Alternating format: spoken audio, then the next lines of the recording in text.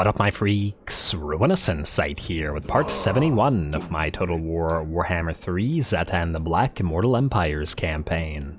So as we saw last time, Overseer Vargash and Yobaz Stormbreaker attacked Agrul Migdal, wherein Gordas took on a couple of Sphinxes, taking them both out, and while he did suffer a little bit of damage and got a little bit of help, he still had a grand time. And I'm hoping you did too, because it was a pretty fun battle. In terms of what we gotta do this time around, well, there's still quite a bit, though I did quite a bit of admin between the episodes, not so much the moving stuff like the heroes and buildings and stuff, but rather admin with these guys, Gorth and Ereshkigal and Troop Train and Turn Recruiter Zork. I think there's another recruiter, another Troop Train, lots of stuff with that, basically, as we are forming up new armies here. Ereshkigal will be temporarily, I should say, leading a army of explosive missile damage for Iron Demon. Where'd you get that?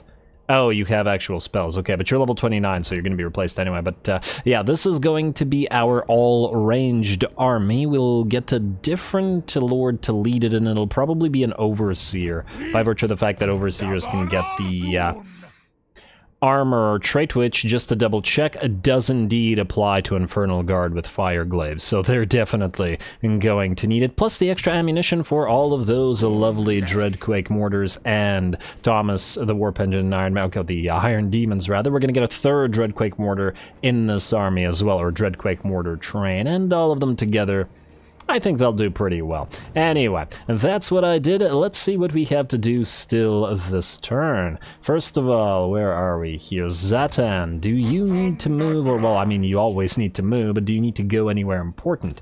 Funnily enough, you could take the Golden Tower, but you'd just end up auto-resolving it. Let's have you take the Orion's camp. Should be an easy take.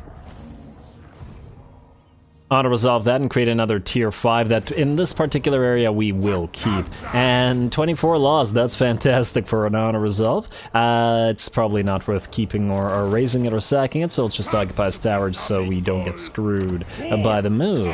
Lovely, and then we can use this place to watch over. And oh, I was thinking that the last defenders would die last turn, but apparently we still have the and this little settlement there. How many territories do they have? Is it just these 3? Okay, no, they'll still die next turn, assuming that we can win the fight with Raider Vargarl and the rest of these guys. And oh, you were going to attack this, weren't you? Can you actually reach this? I can't quite tell anymore. Oh, I think you can't, which means if you were to sack it or raise it, well, I guess we'll see. Auto-resolve this because it's garbage. And oh wait, this isn't a capital anyway. Ooh, 1,000 to raise. Nah, but it'll cost more to rebuild it anyway, so just occupy this factory, since we're keeping this place and not trading it away. So yeah, province secured, heart of the jungle. The other stuff acquired is not relevant on you, at least not super relevant. We can actually keep the ash level here. Fantastic. And we got the weapons workshop. Wow. Alright, I'm glad we didn't raise that, because that basically was built up for us already. We'll take Temple Avenue of Gold, we'll take the Caverns of Sotek, and then we'll loop back around and start taking stuff to trade to our Tzeentch allies. Tzeentch gets all this, Khorne gets all this, and everybody leaves home happy. For home happy. Whatever, you know what I mean. Oh, also, I just noticed our raw materials have now dropped below 10k per turn, but our armaments have risen above. Considering that we're still building a ton of armament locations, I'm wondering if we have to build a few outposts to counteract this a little bit. I don't want to completely run out of raw materials. Well, it's not something we're going to do right now anyway, but just something to keep in mind. Anyway, Zhatan, Scaff, you're both good. Who needs to move this turn still? Gorthy, well, I'm not 100% sure what I'm going to do with your army yet. We're going to do an all-melee army as well, that we'll need to probably start recruiting for next turn. We could do an all-flyer army. We'd need Doom Knights from Tzeentch, though, and the problem with that is, while I'd love to get the Doom Knights, 48 means we will have to then choose between either 2 Doom Knights, basically, which is not enough, or the Flamers for our Fire Army, which we want as well. Also, Exiles, are we... No, still? Really? I've been waiting to get their Soul Grinders, but how do you still not have Soul Grinders, dude? What are you doing? And Death Court is a tier 4, eh? Wait, do we not? Wait, where's our... Oh, it's in Morgheim. Yeah. Because I thought that Death Gorge might die because it's sparsely defended. What are you doing, Exiles? We're gonna give him a bunch of gold later because it's starting to annoy me. Also, speaking of giving gold, you, before I forget, I want you, my friend, to join our war against Avalorn Eataine 11, which will cost 94,000. Wow. So if we do Everest as well, it's not gonna work, is it? 120,000. Well, it'll certainly make him stronger. We could do it. You know what, let's do it. Here you go, 120,000 gold to work with Malekith. It's not like gold is all that relevant to us anyway. And I hope that doesn't count as a gift. I don't think so.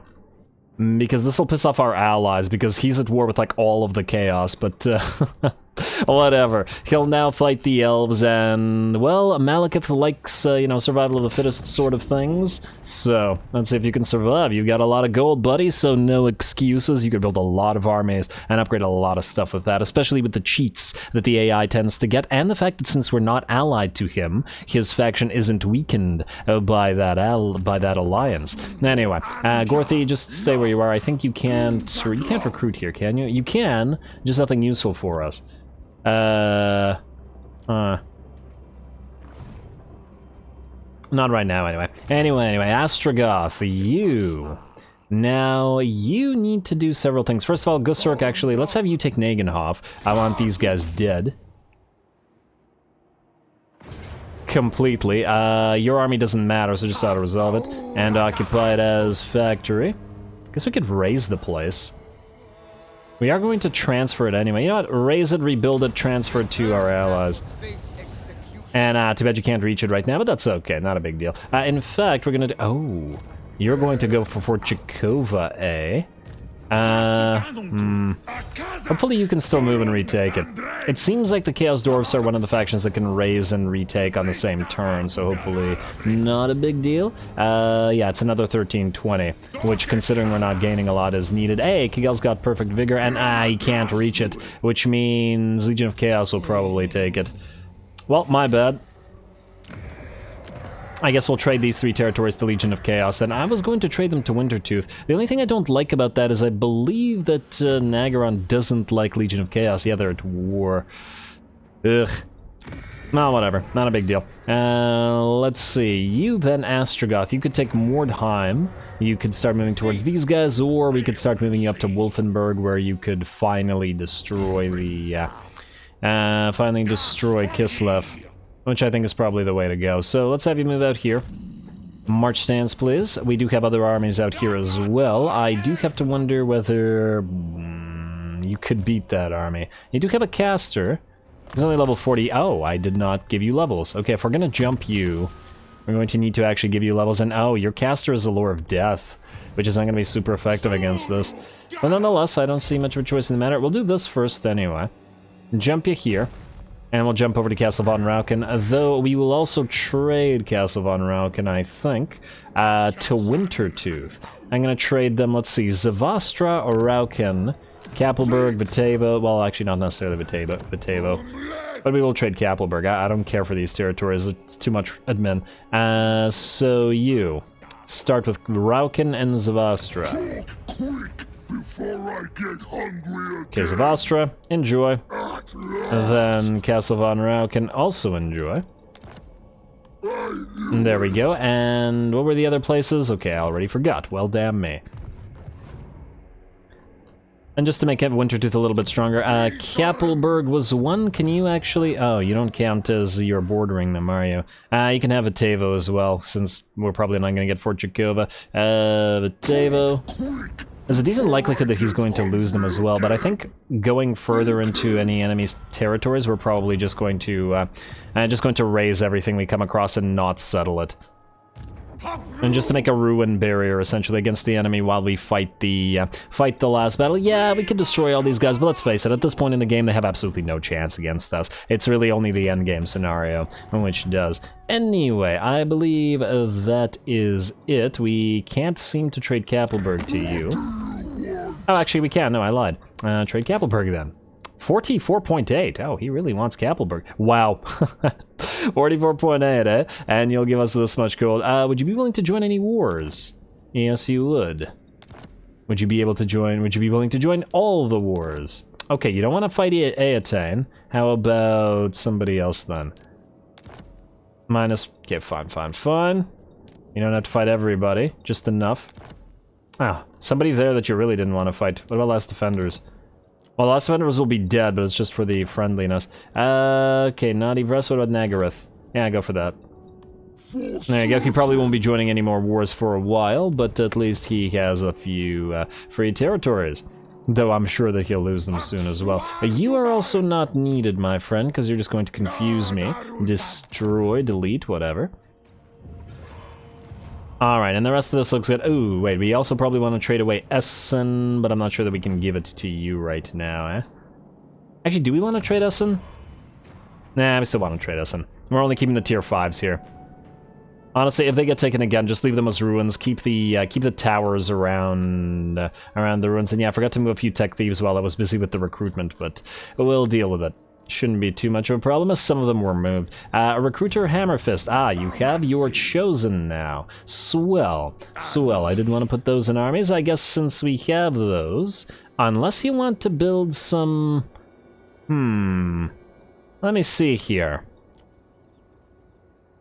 You are able to build both Infernal Ironsworn and you're able to build Infernal Guard with great weapons. We are going to build a melee army, which as I recall needs 10 melee troops that are not of the chosen variety. So we could very well keep you here and start you recruiting them. It'll cost some armaments, mind you, but you're going to have to go up there anyway, and at least this way there won't be any overlap. I guess the question then is, do we use the Infernal Ironsworn in that army, or a different army? We could also give the Infernal Ironsworn to Gorth the Cruel. No, or we can't if he does the All-Flyer army. We could give him to another army. Alright, let's go Hellforge. Let's go Armory. We'll need... Oh, wow, that's expensive. 1, 2, 3, 4... 4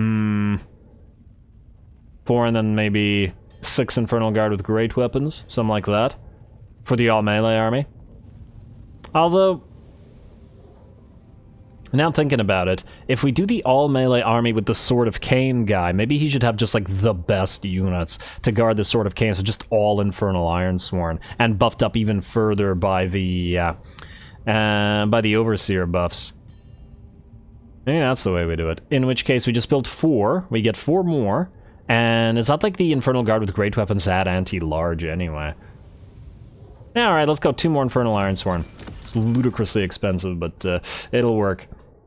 And there we go, and that'll be a nice, powerful melee army. 1, 2, 3, 4, 5, and I guess we'll do... Wow.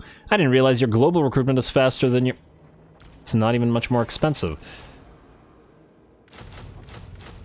I know I was gonna do this for Namtar, it's Namtar, but global recruit for him this turn, but I guess we'll do some other stuff for him. I give him some great turn. No, I don't want to cheap out. He did really well for us. We'll figure out what kind of insane army we get him, but the Sword of Cain deserves to be guarded by the best. And I want it to be a melee army, just a bloodthirsty army, because we got the blood shrines and the war shrines both. Lots of chaos shrines to try to, I guess, corrupt the Sword of Cain. Not that it needs much corrupting, mind you. Anyway, let's continue. I guess I didn't finish up all the recruitment, but you know what? I love planning armies out for the future. I think it's a very fun aspect of the game.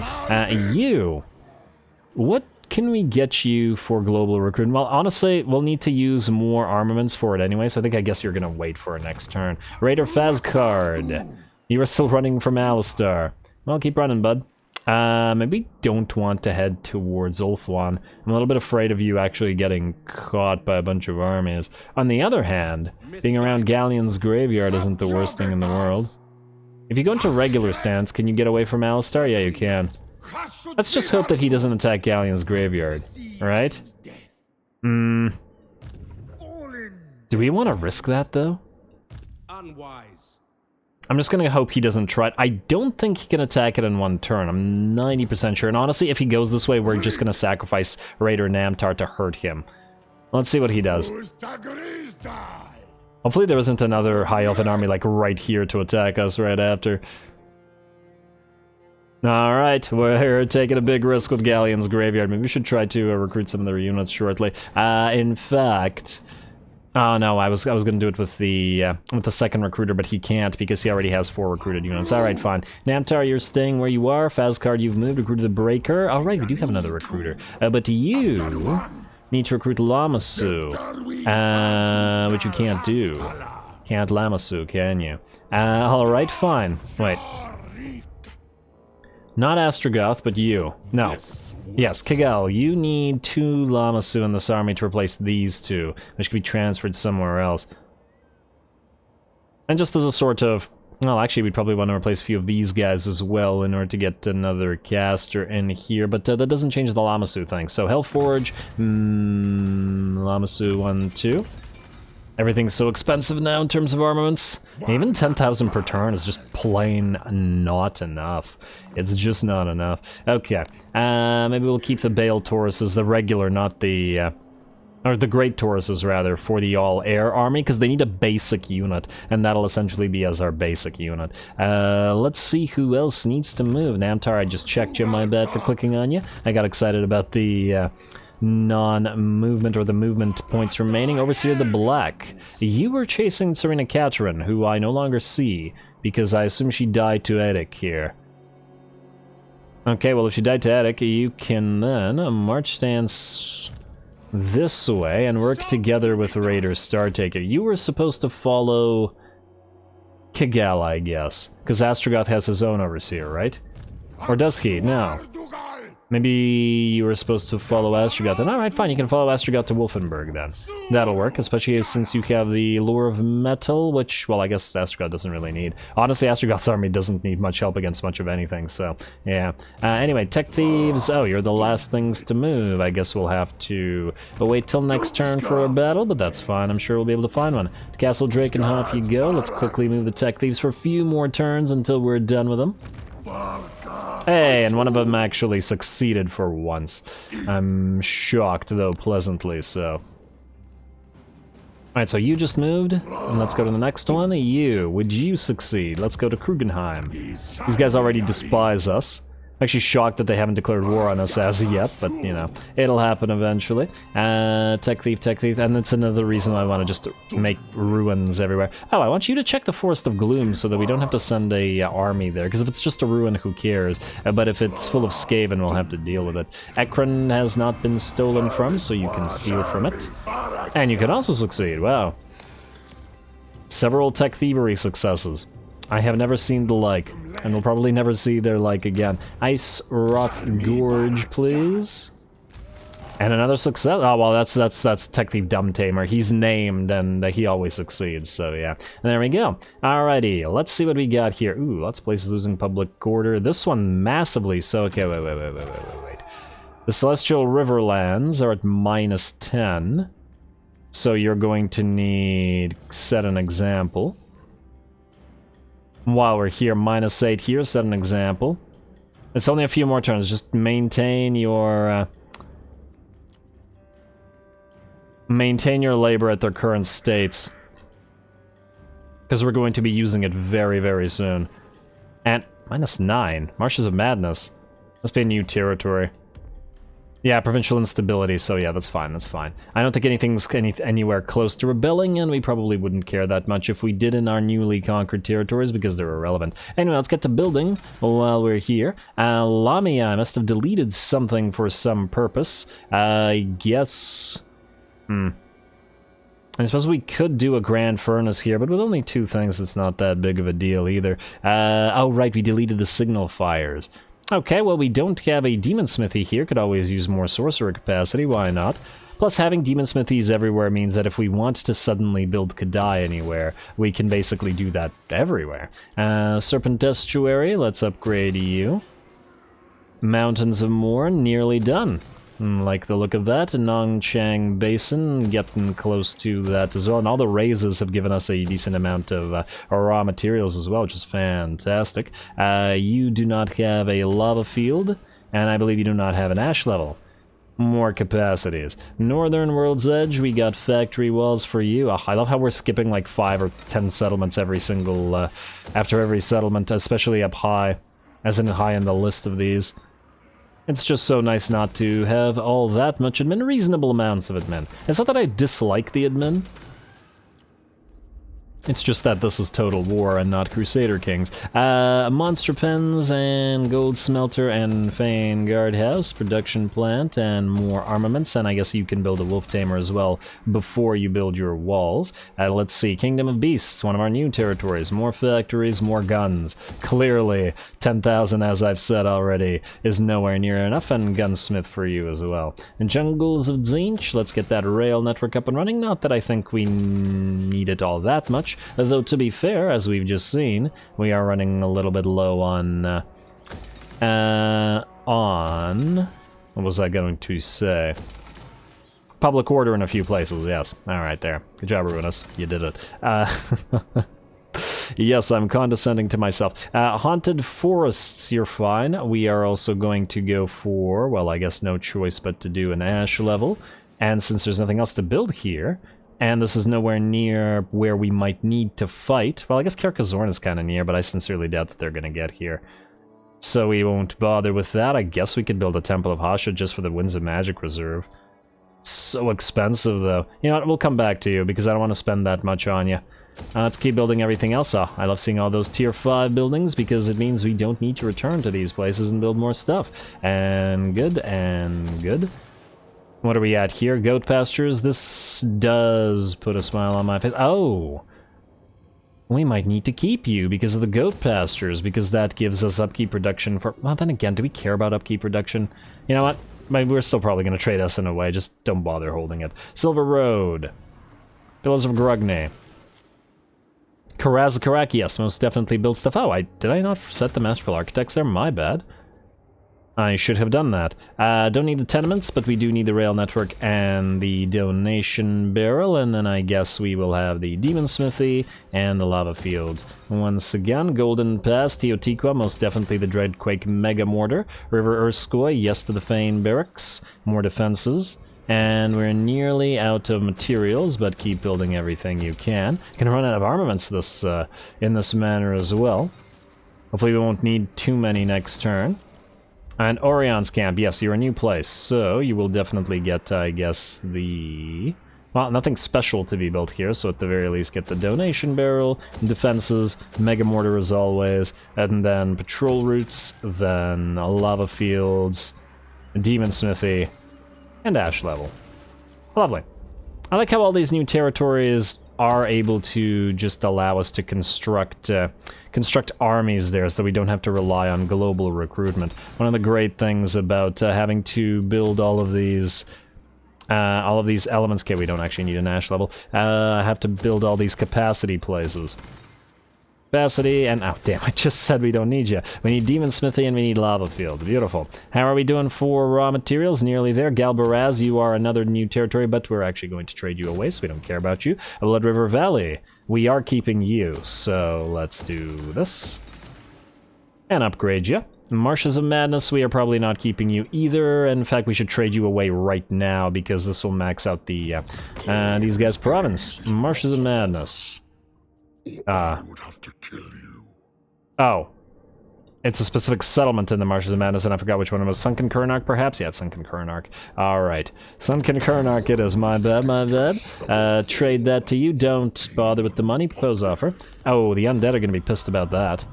But oh well. As in the Sartosan undead, specifically. Also, we do have just enough raw materials to build that Temple of Hashut, I guess. Might as well get it up and running.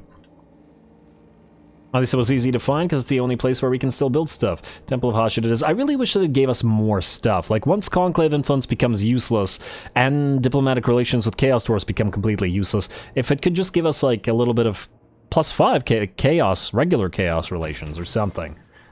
Don't get me wrong, I like the extra magics, but it's not like our magics are in a bad place anyway. Alright, well that looks good to me, and I do believe that is that for the admin this turn. So unless there's Diplo to do, and I doubt that there is, because that thing I did do between the episodes. So we're fine. Well, let's skip the rest of this, let's go next turn. Outpost upgrade available. No, we do want to do that though. And there we go. All outposts should be maxed upgrades, and Orion's Camp definitely Masterful Architects, and now we're good to go. 2 more turns of materials at sea. And turn. Let's see what Alistar does. Raider Namtar, stay there for a turn, buddy. We're gonna get you your army, don't you worry. You've earned it. You've more than earned it. Alright, and right after this turn is over, we're gonna fight. Somewhere. Anywhere. Oh, I should also double-check convoys. I feel like I haven't done that in a while. Oracles of Tzeentch attack the Warherd of the Shadow Cave. A little bit annoying. A little bit annoying. I knew I shouldn't have gone for a military alliance with you. Well, what can you do? They have tolerance to us too. Enter war inside of ally, I guess. I wonder if they'll be immediately willing to peace out.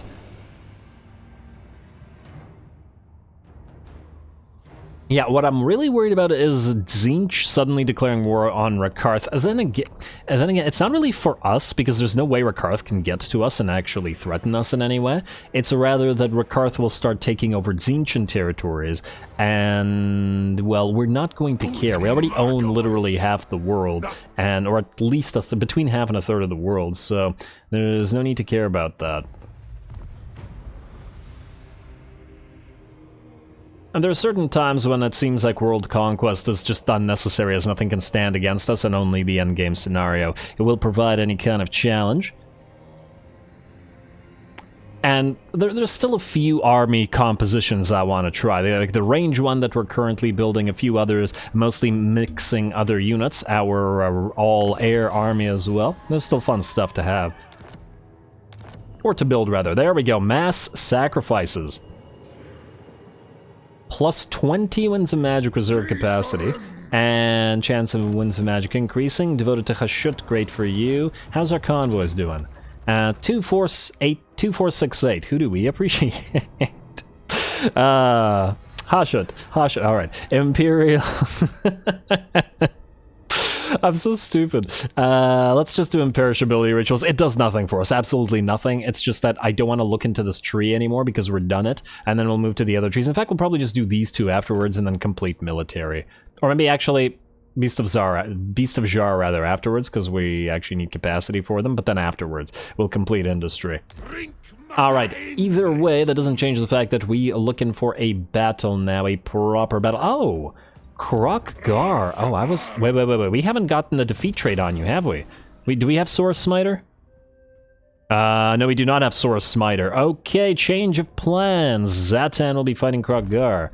And this might be the battle. Just get a duel between them. I guess we won't be using Raider Vargarl for this, then.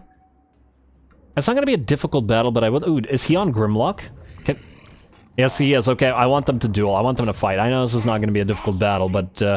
and I know this will also mean that he survives for one more turn, but Saurus Smiter is a fantastic defeat trait, and I want Zhatan to have it. Yeah, decisive victory, casualty lows. You know what?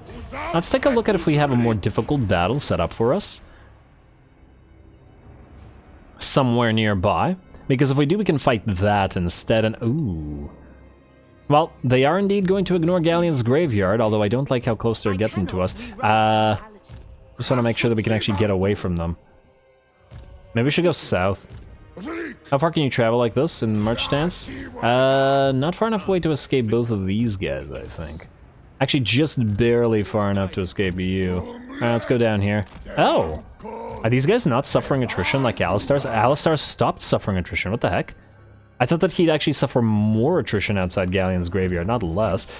Does Galleon's Graveyard not count as Deep Sea? Huh. Well, that's weird.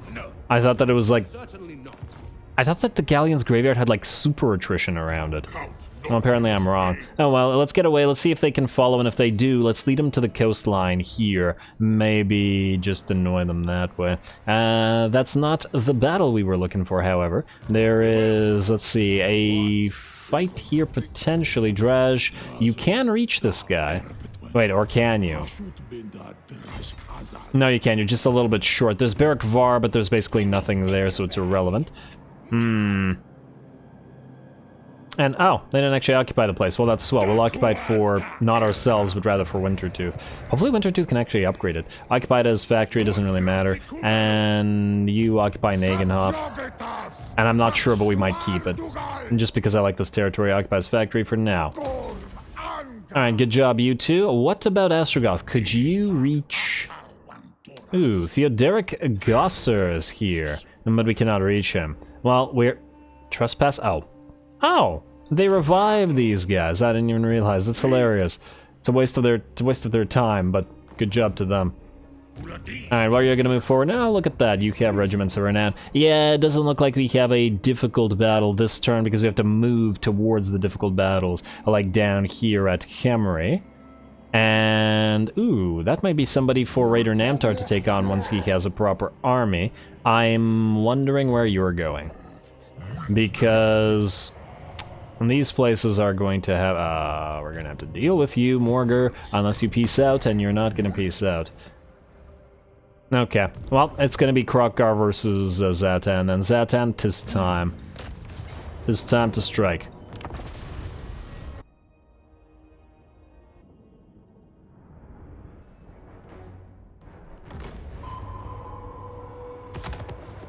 Slodreng Angrids Tukta. Tarast Anba Marzuta Faskar. Alrighty, here we go. Now, let's face it, a slow-moving infantry army like this stands absolutely no chance against Zhatan's Dreadquake mortar trains.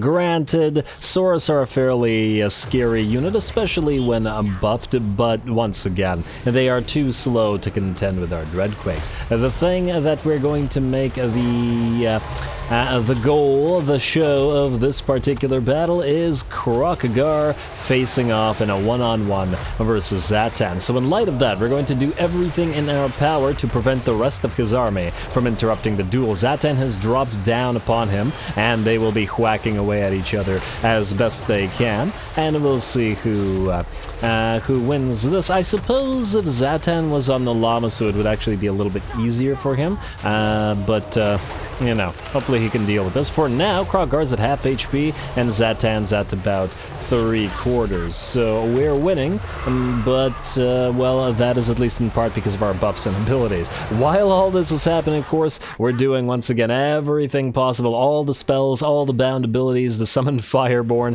and just to keep a nice little clear space between the two combatants. And it does seem to be working fairly decently. KROQ-GAR definitely losing, but he is at half of Zhatan's level, and is probably considerably lower in terms of some stats. Well, that's only fair when the stats aren't up, and with all of those buffs, I don't see how Zhatan could lose, though he is taking damage. Alright, keep going, you two. That's why we're here, and, well, to get the Saurus Smiter defeat trait. And it looks like KROQ-GAR is about to rout, because as he's about to rout, we pop that Sadistic Snare, further reducing his defensive capabilities, and at the same time preventing him from running away, though I do gotta point out that doing so also allows him to continue attacking.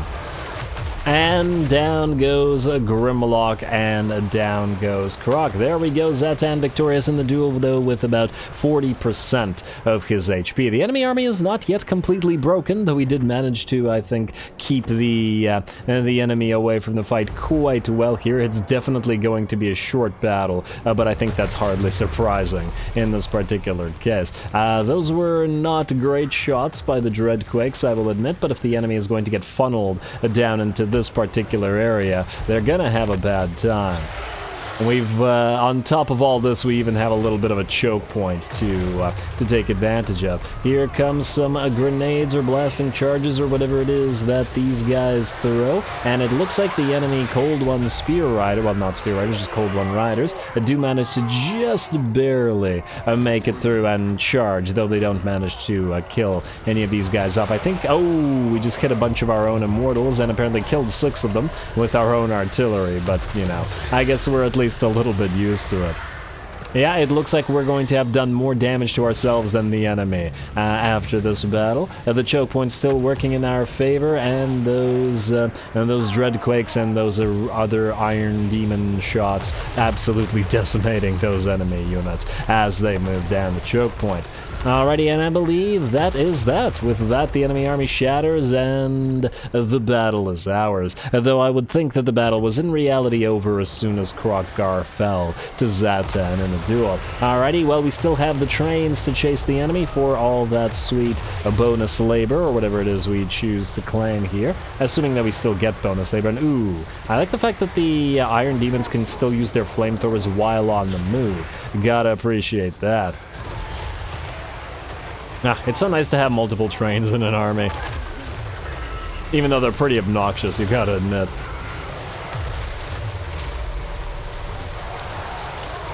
Alrighty, just moving right on through and burninating the source and then going to give chase. And yeah, I know that the battle is over, but it's too fun watching the trains do their thing.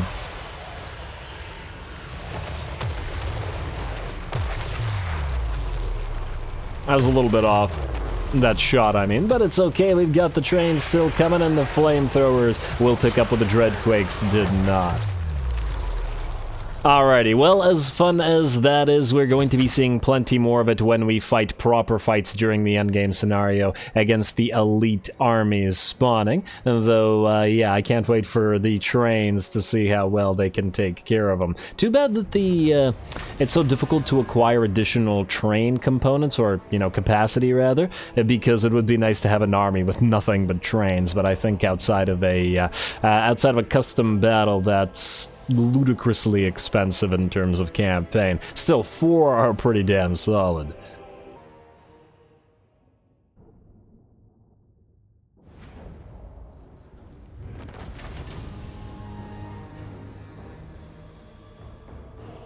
Alrighty, there we go, and a very nice little fight for Zhatan. Didn't take any damage on the army, but that's hardly surprising. We got the one thing, the one and only thing that we wanted to get out of that battle, which was Zhatan versus KROQ-GAR, and even at half of Zhatan's level, and with Zhatan being provided magical support by the Demonsmith Sorcerer's abilities, KROQ-GAR still proved to be a very able opponent, dropping Zhatan to close to a quarter of his HP. Very impressive, but hardly surprising. Do we want to sack the place for the labor? Probably want to just occupy it, don't we? I was just thinking maybe we still... No. It's still a place that's near to dwarfen spawns, so occupies factory. Alright, and there we go. That's why we needed Zhatan to do this himself, rather than Raider Vargal. That melee defense by 10 increase is very significant. As we can see, Zhatan's regular melee defense is quite low, and we've gotten several buffs on him that have increased it, and is now decent, but his stats are nothing like those of, like, dwarfen lords like Belagar, who even without his fighty tree has something like 100 and 100. I'd be curious to know what his stats would be like without the amount. Pretty high, 177 armor, 7895. Yeah, that's more like to the regular dwarfen lords, so yeah. But obviously you lose the ability to fly and to move fast. 32 speed is just not good enough. And honestly, that way he'd be doing much less damage, so we're going to keep him on the Great Taurus. Though I guess against Grimgor, the Lamasu would have actually been superior, against Gorok, rather. KROQ-GAR, not Gorok. Damn. The Lamasu would have been superior based on the much higher melee defense and stuff, but generally speaking, he still wants to be an infantry blender, so...